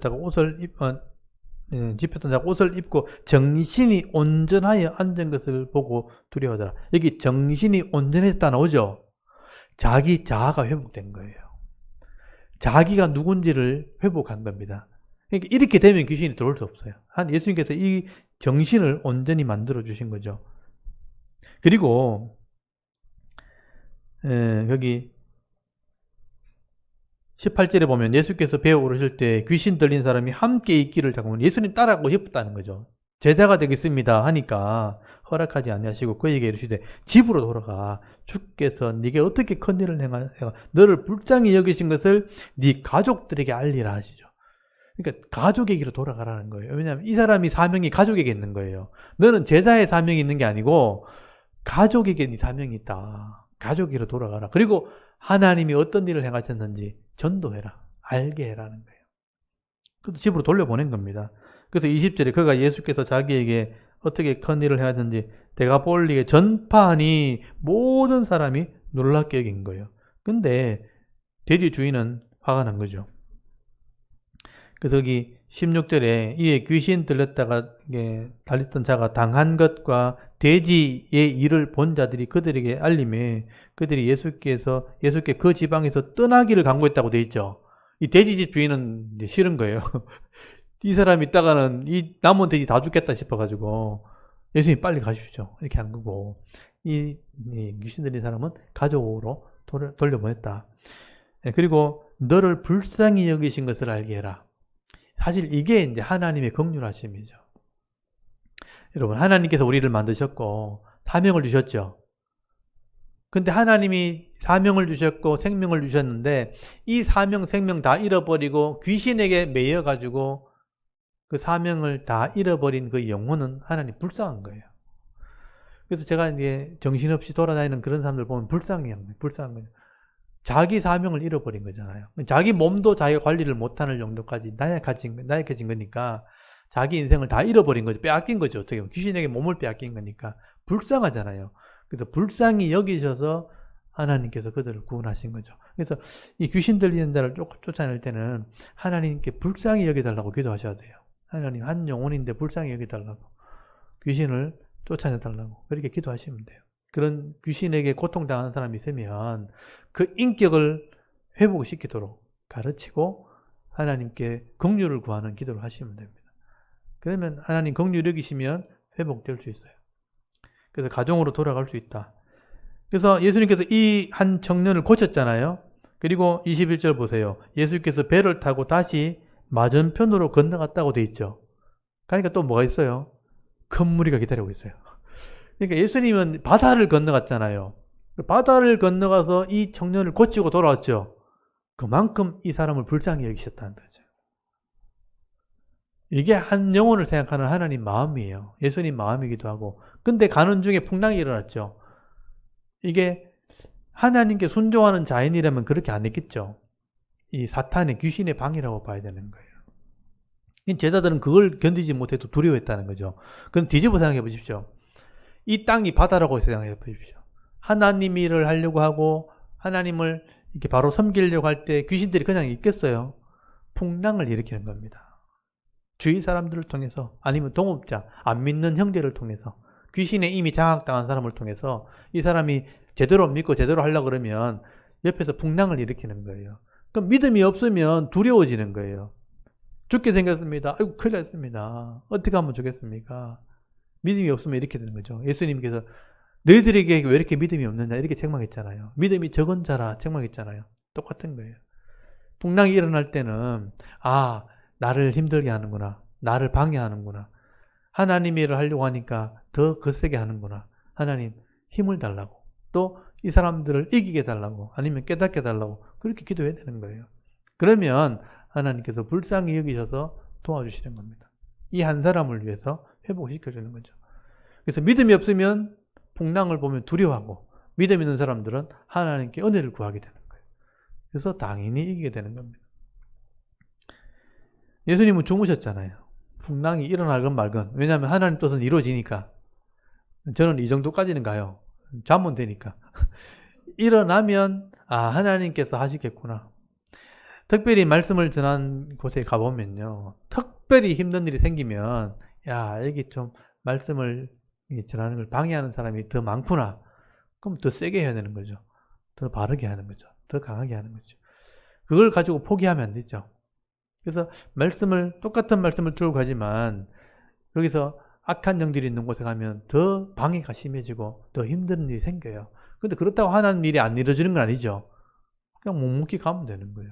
그 일들을 하면 하나님이 깨달을 자는 깨닫게 하시고 은혜 베풀 자는 은혜 베풀어 주는 거예요. 그게 하나님이 하시는 일이에요. 그러니까 믿음 있는 사람들은 그냥 가는 거예요. 묵묵히 가는 거고 믿음이 없으면 두려워지는 겁니다.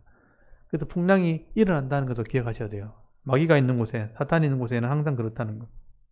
자, 21절에 큰 무리가 또 나타났죠. 또 바닷가에 계셨다고 되어 있고 22절에 회당장 나이로의 소식이 옵니다. 딸이 죽게 되었죠.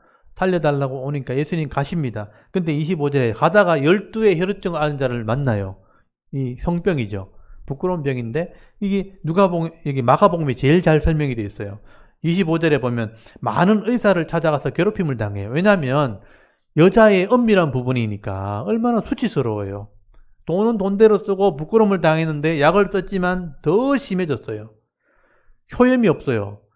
있는 돈 없는 돈 다 허비했는데 효염은 없고 더 중해졌어요.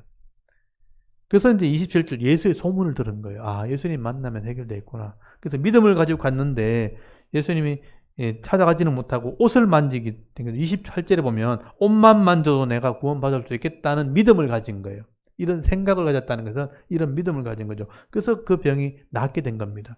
그래서 예수님이 지나가지 않고 일부러 덜쳐내는 거죠. 믿음 있는 사람이 여기 있다. 병이 나았다는 거예요. 그래서 예수님이 이 여인을 불렀을 때 제자들이 이렇게 사람이 많은데 누가 옷을 만는데 어떻게 압니까?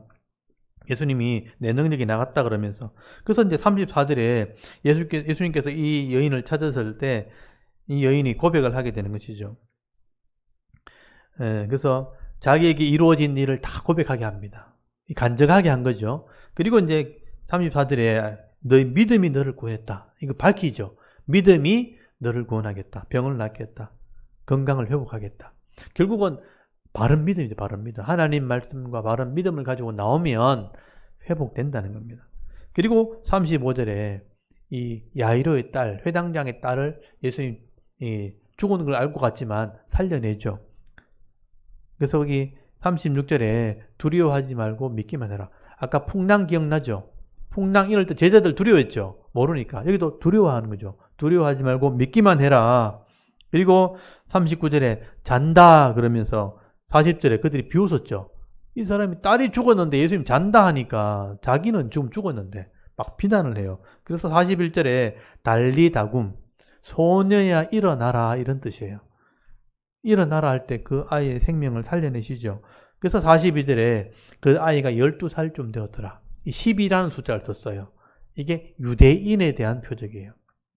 10이라는 숫자는 12지파를 상징하는 겁니다. 네, 그리고 이제 6장에 넘어가면 나중에 오병이어의 기적이 나오게 되는 거죠. 그래서 오병이어도 10이라는 숫자가 12바구니 나오죠. 그래서 유대인에 대한 표적을 이렇게 일으켰다. 죽은 자를 살린 거죠. 그래서 성병, 혈우병 앓린 여인을 12년 숫자, 12가 나왔죠. 그러니까 10이라는 숫자는 다 유대인의 숫자입니다. 이스라엘 사람들에게 베푼 표적이라는 뜻이에요. 그래서 12의 혈우증, 성병, 부끄러운 병, 쉽게 말하면 세상적인 병이죠. 그리고 12살 된 아이 살리는 이야기, 생명을 살리는 이야기. 예수님이 하시는 일이죠. 생명을 살리고 부끄러운 병도 고치고. 그러니까 인간의 이 죽음과 질병, 고통의 문제 어디서 왔어요? 죄에서 온 거예요. 죄 문제를 해결하시면 이 문제가 해결되는 거죠. 이 일을 하시는 분이 예수님이죠. 이게 복음입니다. 복음. 이 일을 하러 왔다 하는 것을 드러내는 사건이죠. 그래서 이거 다 따지면 보세요. 5장에는 귀신 쫓아낸 이야기, 죽은 자 살리는 이야기, 부끄러운 성병 고치는 이야기죠. 이게 세상의 일이에요. 세상의 일. 세상은 귀신이 지배하면 세상에 여러 가지 질병이 생기죠. 부끄러운 병, 성병, 그리고 죽음, 결국은 죽음이죠. 그 문제를 해결했죠. 그게 예수님이 하시는 일이에요. 그게 복음이에요. 그 일 하시는 분이 예수님이다. 그걸 5장에서 나타내는 거죠. 그래서 이 4장에는 천국에 대한 비유, 깨달은 사람, 5장에는 예수님이 하시는 일, 이렇게 마가가 설명하고 있죠. 근데 제자들은 여전히 예수님이 누군지 몰라요. 그리고 무리는 따라다니는데 이 무리는 아무 의미가 없어요. 진짜 제자는 아니죠. 근데 그래서 계속 그렇게 나가는 거예요. 그래서 진짜 제자는 깨닫고 이것을 할 수 있는 사람인 거예요. 나중에 이게 제자가 나타나게 되죠. 지금 있는 사람은 무리나 이런 12제자라는 이런 아직 제자들도 예수님이 누군지 잘 몰랐다. 그 얘기를 계속하고 있는 거죠. 그러니까 우리 교회에 많은 성도들이 있지만 교회는 다니는데 오랫동안 직분을 받았는데 예수님 누군지 모르는 사람이 있는 거예요. 내가 많은 무리와 함께 예배를 드리고 있는데 그 사람이 진정한 제자가 아닐 수 있는 거예요. 그 얘기를 하고 있는 것입니다. 진짜 제자는 예수님처럼 하나님 나라 표적을 나타내는 겁니다. 능력을 나타내는 거죠. 그게 제자입니다. 그런 사람이 누군지를 이제 고민해 보셔야 되는 거죠. 근데 마가복음은 그 얘기를 지금 계속 하게 되는 겁니다. 오늘 여기까지 할게요. 시간이 다 됐는데 오늘 4장, 5장 했고요. 다음 뒤에 시간이 오면 6장 말씀을 또 나누도록 하겠습니다. 오늘 여기까지 하고 우리 잠깐 기도하고 마치겠습니다. 하나님 참 감사합니다. 오늘도 목요일 날 저녁에 하나님 말씀을 들을